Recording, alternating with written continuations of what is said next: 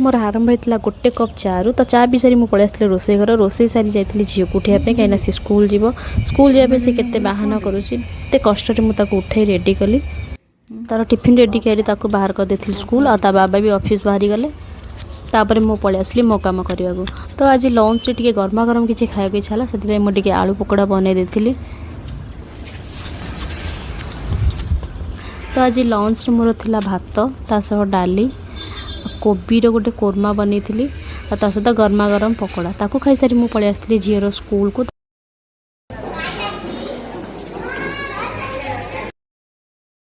good fast आसो आगे से छुआटा को गेल कर गेल कर तार सबू कुरकुरे खाईदेला तापर आम बाहर स्कूल रू रास्ता गला माँ कहला मामा मत भी कुरकुर दिए मुझे कुरकुरी किनदेली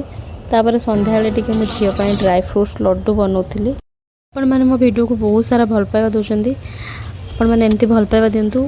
करंतु शेयर करंतु कमेंट भी करंतु आ मो चैनल को फॉलो और सब्सक्राइब